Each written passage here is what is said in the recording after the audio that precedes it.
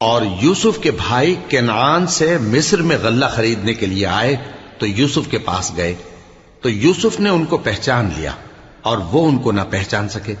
اور جب یوسف نے ان کے لیے ان کا سامان تیار کر دیا تو کہا کہ پھر آنا تو جو باپ کی طرف سے تمہارا ایک اور بھائی ہے اسے بھی میرے پاس لیتے آنا۔